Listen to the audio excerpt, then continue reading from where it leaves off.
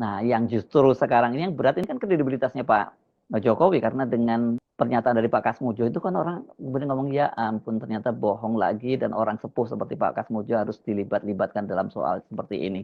Saya sebenarnya Arif, sampai ketemu lagi. Wassalamualaikum warahmatullahi wabarakatuh. Seperti itu ya. Jadi mungkin kenapa bukan Pak Profesor Ahmad Sumitro yang diundang, ya karena mungkin dia sudah meninggal dunia. Itu kalau betul, sekali lagi kalau Pak Ahmad Sumitro yang menjadi pembimbingnya. Nah, tapi kenapa kok kemudian Pak Kasmujo? Itu kan tetap saja menjadi pertanyaan. Jadi, apa sesungguhnya yang terjadi? Karena sekarang jelas Pak Kasmujo sudah membantah semua keterangan dari Pak Jokowi itu. Dan kemudian Pak Jokowi masih nambahin lagi dengan soal bahwa Pak Kasmujo bisa cium bau mahoni, cium bau apa gitu ya. Karena itulah saya menyebutnya juga kedatangan Pak Jokowi ke rumah Pak Kasmujo pada hari Selasa kemarin tanggal 13 itu jadinya malah membuka kotak Pandora kebohongan Jokowi dengan pengakuan Kasmujo yang dia ya memang nggak siap untuk digugat begitu ya, gara-gara disebut sebagai dosen pembimbingnya oleh Pak Jokowi, tiba-tiba di usia tuanya sudah pensiun dia harus digugat dan harus berurusan dengan pengadilan.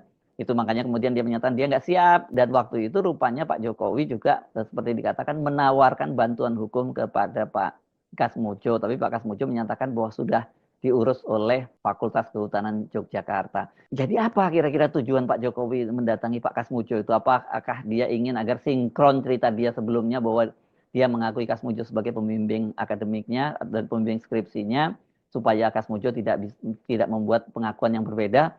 Tapi kan Pak Kasmujo namanya orangnya lugu, jadi dia menceritakan sesungguhnya apa yang terjadi. Saya kira ini soal fakta ini yang kemudian bisa terbongkar. Kita mesti berterima kasih kepada seorang pengacara dari Kota Makassar yang namanya Komardin, yang dia menggugat 8 pihak di UGM, dan pihak yang ke-8 itu adalah Pak Kasmujo, ada rektor, ada wakil rektor, dekan, perpustakaan dan lain-lain gitu ya. Nah, Anda masih bertanya dong, bagaimana sungguhnya status Jokowi itu? Jauh ini saya masih menyisakan kepercayaan terhadap fakta bahwa seperti juga dikatakan oleh Pak Kasmujo bahwa dia pernah kuliah di UGM. Masa urusan begini Pak Kasmujo juga mau ikut bohong juga? Ini yang saya meragukan gitu. Nah, soal ijazah ini yang menurut saya bakal terus jadi pertanyaan besar, bahkan menjadi misteri. Kalau toh nanti laboratorium forensik Bareskrim Mabes Polri menyatakan asli, publik itu nggak akan percaya ya. Kecuali kalau kemudian ada lembaga lain yang dipercaya, yang kemudian diawasi oleh tidak hanya otoritas resmi dari misalnya lembaga negara seperti kepolisian, tapi juga melibatkan publik. Nggak usah Roy Suryo, nggak usah Rismon gitu ya, tapi lembaga dipercaya, dan itu dilakukan di luar negeri. Misalnya. Kan kemarin juga saya membahas ada seorang ahli juga yang sebenarnya namanya nggak persis digital forensik, tapi dia digital dokumen gitu, yang dia punya keahlian itu dan dia siap membantu itu. Kalau itu dilakukan, saya kira memang, dan kemudian hasilnya apakah itu asli atau tidak asli, publik akan percaya. Tapi kalau kemudian yang mengumumkan itu adalah Bareskrim Mabes Polri, ya apa boleh buat, ini tidak akan pernah dipercaya oleh publik. Jadi sampai kiamat ini nggak akan terbongkar. Terima kasih sudah menyimak pembahasan kita kali ini sampai akhir. Semoga apa yang kami sampaikan bisa menambah wawasan dan membuka perspektif baru tentang isu-isu yang sedang berkembang.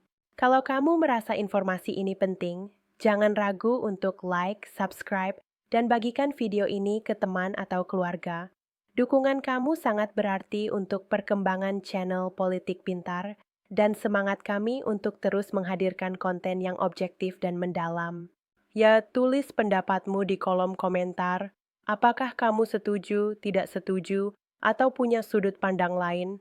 Politik bukan soal menang atau kalah, tapi soal memahami dan berpikir kritis bersama.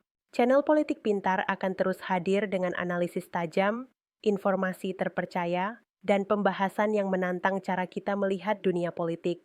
Sampai jumpa di video berikutnya, dan ingat, berpikir kritis adalah langkah pertama menuju perubahan.